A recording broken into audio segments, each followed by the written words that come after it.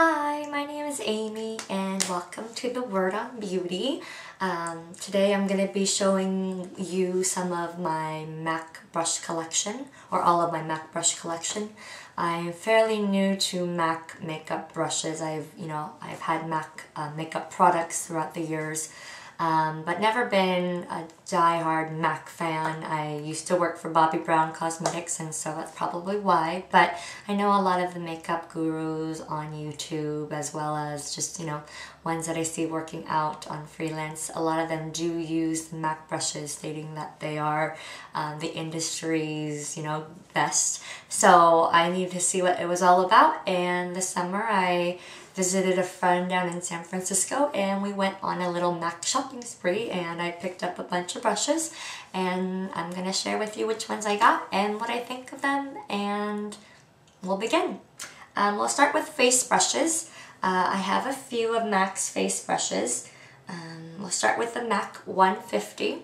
So here's the 150. It is, I believe, a natural bristle of some sort, natural hair of some sort. The texture on this is not too soft compared to the Bobbi Brown brushes that I've had. Bobbi Brown's large face powder brush is really, really soft and really feels great on the skin, really luxurious feeling.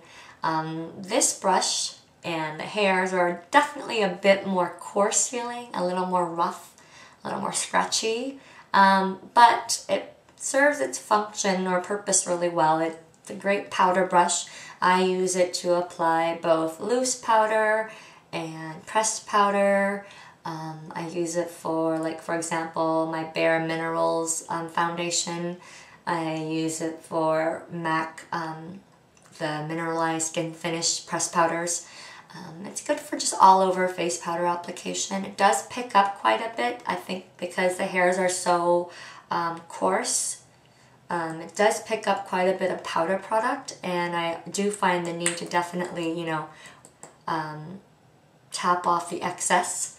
Otherwise you would have a lot of powder on your face if you just went straight from powder onto face, because it does pick up so much. But again, it's a good brush. It does what it's supposed to, but I think there are better ones out there. The quality of the hairs on this doesn't feel, amazing for like the $50 or so that I paid for it.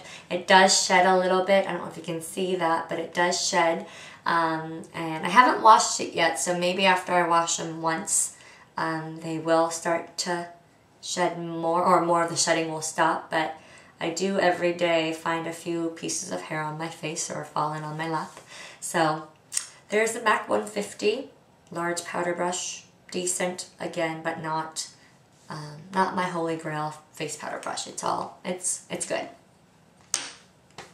Sticking with the same type of brush, here's the MAC 129. There it is. Here's again that MAC 150, and you can see they're both really similar in shape and same type of hair or bristle, except for, again, you can see that this one is much smaller. I can put on my face.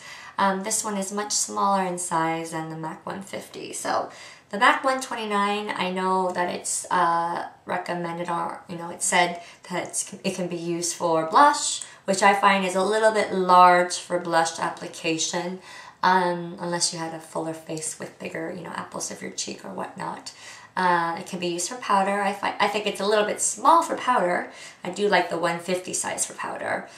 So I primarily use this MAC 129 for my bronzer, and I'm using bronzer a lot lately for contouring my face. So I use it in the hollows of my cheekbones. So just I suck in a little bit, find that hollow, and then I apply the bronzer there, and then I use it to go around the hairline and the jawline, and just really lightly on the nose, sides of the nose, to give it a more sleek appearance. Good brush. Again, just because the quality of the hairs I don't think are as soft as other ones that I felt.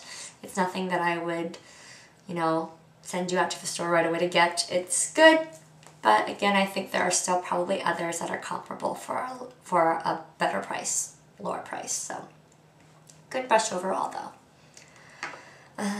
Moving on. Here's the MAC 187 Duo Fiber stippling brush, and stippling brushes were new to me. I've never had one. I don't think Bobbi Brown has one in their line. They might now. It's been a year since I worked for Bobbi Brown, but I know that a lot of YouTubers love their stippling brushes that are duo fiber like this, and so I had to see what it was all about, and I got the 187.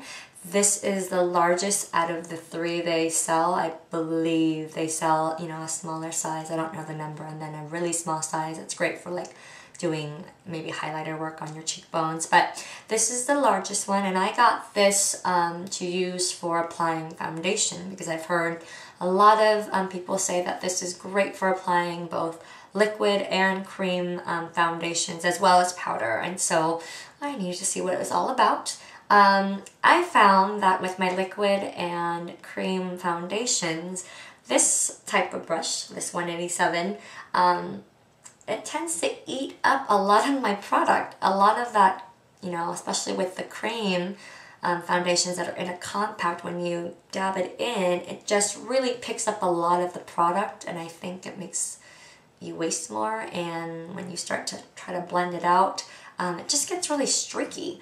So to me, I didn't really prefer it for applying foundation. I would, you know, much rather stick with a typical foundation brush like I have one from Paula Dorf, and this one I find better. It just doesn't leave as many streaks on the face as where the MAC 187 Duo Fiber stippling brush, it did leave little streaks all over and required me to blend out with my fingers or a sponge.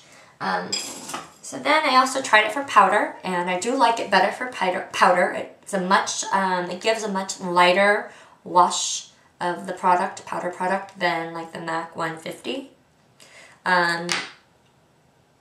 But I don't know, if I have the MAC 150 or a brush similar to it, I just don't see the need for the MAC 187, if that makes sense, especially since I'm not using this for like liquid or cream foundations like I had purchased to do, because I don't like that, you know, the way it finishes off of my face. So I would say this is something that I wouldn't ever repurchase. I don't think I would ever need to. Yeah, for powder it's fine, but if you already have another powder brush, why would you need this one? And I'm not going to use it for liquid or cream foundation, so there's that. And then here is my MAC, I think this is the MAC 168. This is, of course, a contour blush brush, and yeah, I'm sure you could just use it for contouring powder too, but it's got that nice little angle, which is great, and the bristles on this brush do feel a lot softer, not a ton, but softer for sure, like compared to the MAC 129 or the 150. These are more coarse. This has a bit of a softer, finer texture, and I like this brush for my blush because it's a good size. I think it fits on my cheek, or the apples of my cheeks, really well. I don't have overly, you know, huge cheekbones or anything, so I think this does a good job of just, you know, hitting the right spot, and it's good. I can drag it back to pull back color. It's really good, but I'm sure that you could also use it for, you know, contouring. It's a good contour brush too. So I like this one. This one I think is a good deal.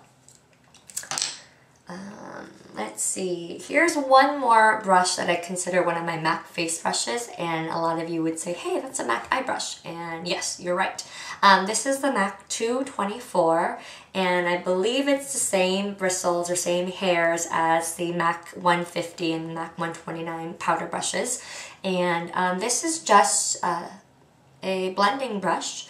Meant for eyeshadow when you're blending it out. I use it on my face, however, as a brush to set the concealer that's underneath my eyes, and also to put powder on top of concealer around my nose and also around my mouth and chin area. So I do like this for those smaller areas on my face. So I like that. But it can also be an eyeshadow brush, because I think that's what it's meant to be. Alright, moving